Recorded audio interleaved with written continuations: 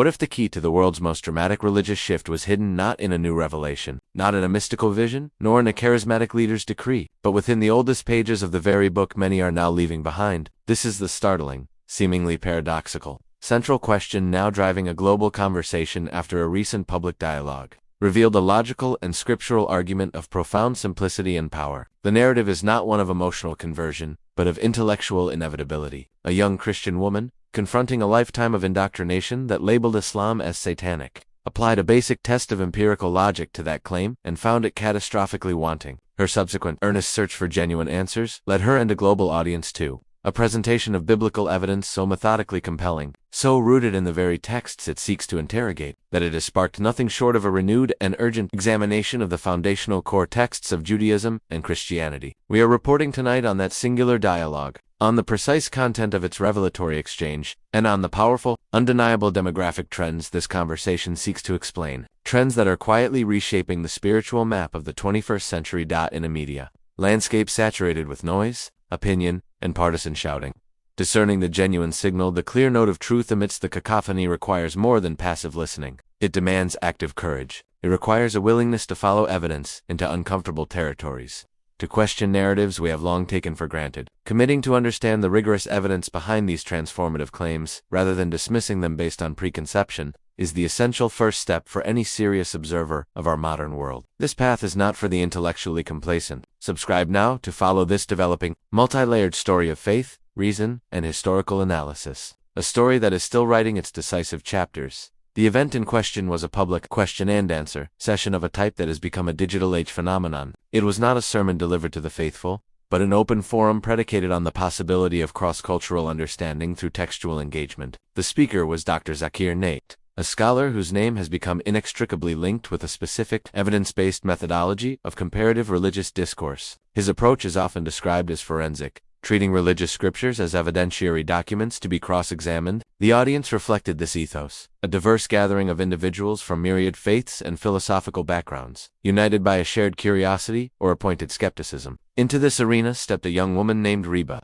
a university student of psychology, a field dedicated to understanding the mechanisms of belief, bias, and cognition. She approached the microphone not with aggression, but with the focused intent of a researcher presenting an anomalous finding. She began by describing her formative background, attendance at a Christian school, an environment she characterized, with the precision of her discipline, as intellectually niche. She elaborated that within this specific social and educational ecosystem, any system of belief existing outside the strict doctrinal boundaries of Christianity was not merely considered incorrect or misguided, it was categorically and uniformly labeled as Satanism. This was not a metaphor. It was presented as a literal accusation of devil worship, and Islam, by immutable association, was placed permanently and irrevocably into that condemned theological category. This was the premise of her upbringing. But then, Reba presented her counter-argument, a product of her own developing cognitive dissonance and rational observation. She stated plainly that she did not share that reductive view. Her reasoning was devastating in its elegant, empirical simplicity. Because if Islam were truly satanic, the ultimate embodiment of spiritual falsehood and evil within the Christian worldview, then it simply could not be the world's fastest-growing and, by some measures, largest religion. The logic is inexorable. A belief system rooted in supreme falsehood and deception does not, historically or sociologically, demonstrate sustained, organic, global growth across diverse cultures, nor does it inspire deep, life-altering conviction in millions of rational people. It does not attract converts from among the educated and the critical thinking.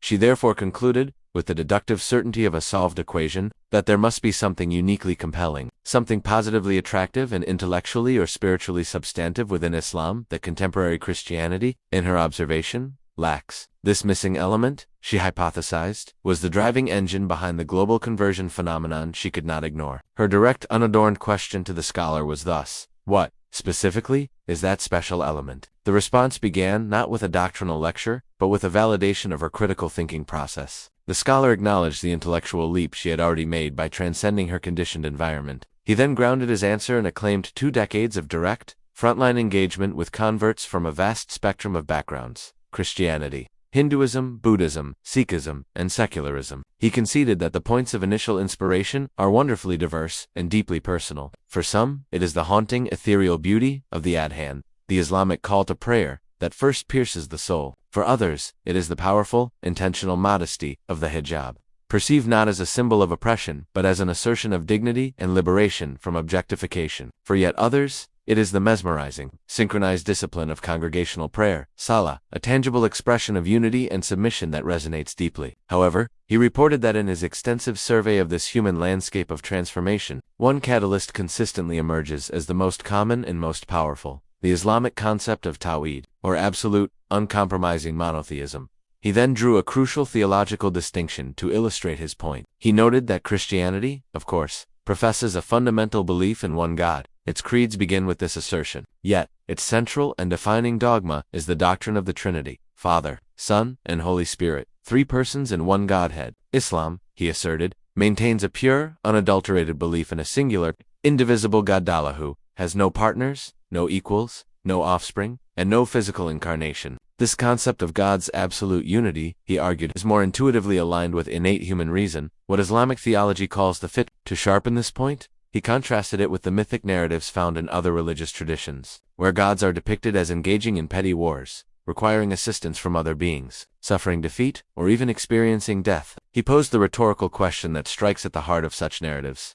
How can the supreme, omnipotent creator of the cosmos be defeated in battle? How can the very source and sustainer of all life himself die? The Islamic position, he stated, resolves this by presenting a deity so transcendent and perfect that such anthropomorphic limitations are logically impossible. He emphasized that the Quran, unlike texts he suggested demand blind faith, consistently and explicitly appeals to the intellect, to reflection, and to understanding, inviting scrutiny and reasoned belief. Smoothly transitioning, the scholar then preemptively addressed one of the most pervasive modern criticisms leveled against Islam in Western media and discourse: the claim that it systemically oppresses women. He did not engage in a lengthy philosophical rebuttal. Instead, he presented a stark, demographic counterpoint that functions as an empirical challenge. He stated that approximately 2/3 of all converts to Islam in the United States are women. Similarly, approximately 2/3 of converts across Western Europe are women. He then asked the obvious, almost courtrooms, cross-examination question: if the religion were fundamentally and irredeemably oppressive to women, denying them rights and agency, then who, exactly, is forcing these educated, liberal, legally protected women in historically free societies to convert? What conceivable coercion could be applied to such a demographic in such environments? His implicit argument was that the data itself invalidates the blanket accusation. He suggested that these women, through their own research and experience, find within Islam's social and ethical frameworks, so often caricatured as restrictive, a profound sense of spiritual security, defined worth, familial stability, and a peace they perceive as elusive or absent within the paradigms of modern secular life. With its pressures of hyper-individualism and commercialized identity, the dialogue then pivoted from general exposition to a direct, personal interrogation. The scholar asked the young woman three sequential, foundational questions, constructing a simple logical First, do you believe God is one? She affirmed that she did. This established the bedrock principle of monotheism, a common ground between her Christian background and Islamic theology. Second, do you believe idol worship is wrong? She agreed that it was. This established a shared rejection of polytheism and the association of partners with God, known in Islam as shirk. Having secured her agreement on these two axiomatic points, he then posed the third pivotal question: do you believe Prophet Muhammad, peace be upon him, is the messenger of God? Her answer was revealing of her mental state. She did not say no. Instead, she replied, why am I not? Because I am not yet inspired. I want to be inspired.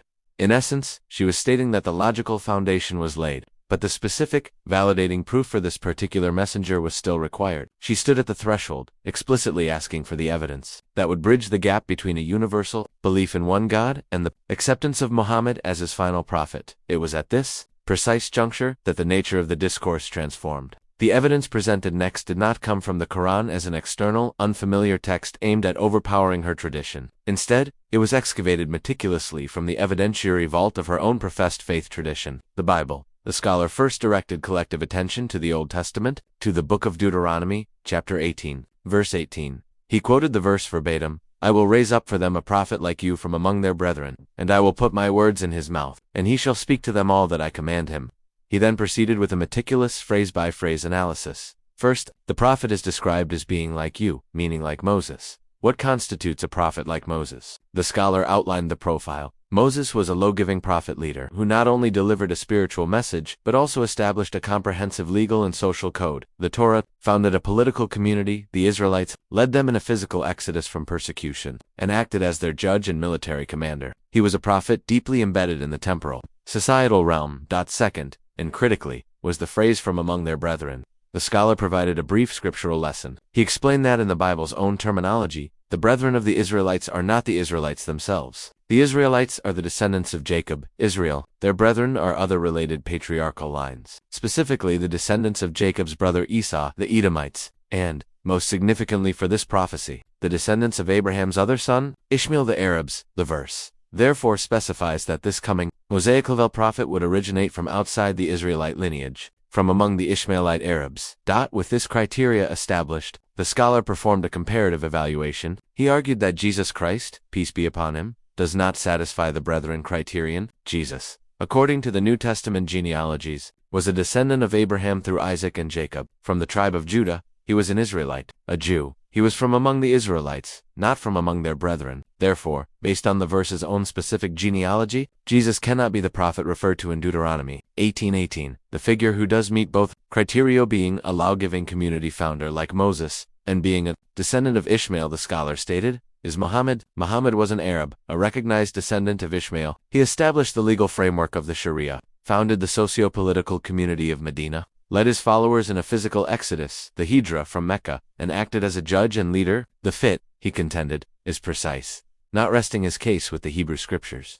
The scholar then moved the analysis to the New Testament. He cited the Gospel of John, chapter 16, verses 12 to 14, where Jesus speaks of a future comforter or helper. The verses state, I have yet many things to say unto you, but ye cannot bear them now. Howbeit when he, the Spirit of truth, is come, he will guide you into all truth. For he shall not speak of himself, but whatsoever he shall hear, that shall he speak, and he will show you things to come. He shall glorify me. The scholar offered an interpretation of this prophecy. He argued that the Spirit of truth, Greek parakletos, could not refer to the Holy Spirit as understood in Christian theology. His reasoning was that the Holy Spirit, as part of the eternal Godhead, was already present and active. Jesus was speaking of a future coming. Furthermore, the described actions speaking only what is heard, guiding into all truth, suggest a specific, time-bound mission of delivering new revelation, not the perpetual indwelling presence of a divine spirit. He then stated that Muhammad, in the Islamic view, fits this description perfectly. He came approximately 6 centuries after Jesus. He claimed, and his followers believed,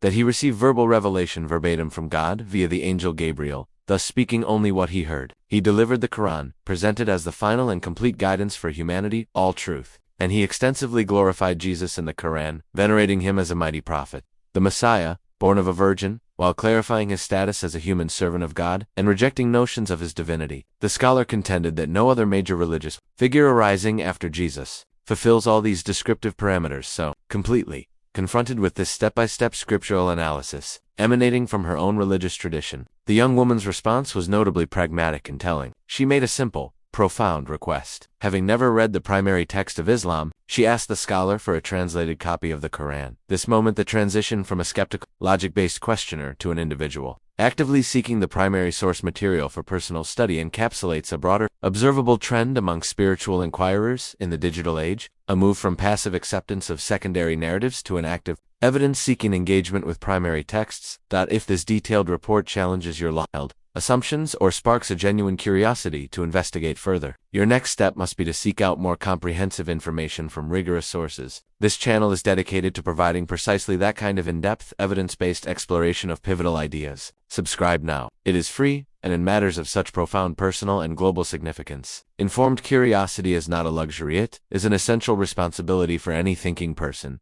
This incident, while a single captured exchange, is widely regarded as a microcosm of a much larger demographic and intellectual reality. Major studies from institutions like the Pew Research Center consistently confirm Islam's status as the world's fastest-growing major religion, both through birth rates and conversion. Analyses of conversion motives, particularly among converts in Western societies, frequently cite 2 key intellectual factors: the intuitive appeal and logical simplicity of Islamic monotheism Tawhid, and the discovery of biblical prophecies, like those discussed, that seem to point toward Muhammad. The persistently high rate of female conversion, as mentioned, remains a significant and closely studied point of sociology, one that often directly contradicts popularized media narratives about the faith's stance on women. That is crucial. To note that the theological debate surrounding the interpretation of these specific biblical verses is complex and far from settled in academic or interfaith circles, traditional Christian apologetics offers robust alternative interpretations. The prophecy in Deuteronomy 18:18 is often viewed by Christian scholars as referring to a line of prophetic succession within Israel with Jesus as its ultimate culmination, or is interpreted in a way that still applies to Jesus by defining brethren differently. The spirit of truth in John's Gospel is almost universally understood in Christian theology as a reference to the Holy Spirit. However, the Islamic argument, as presented in dialogues like this one, persists as a coherent and scripturally grounded challenge, one that hinges on specific genealogical definitions and descriptive details within the texts themselves, demanding a response that engages with those details directly rather than dismissing them out of hand.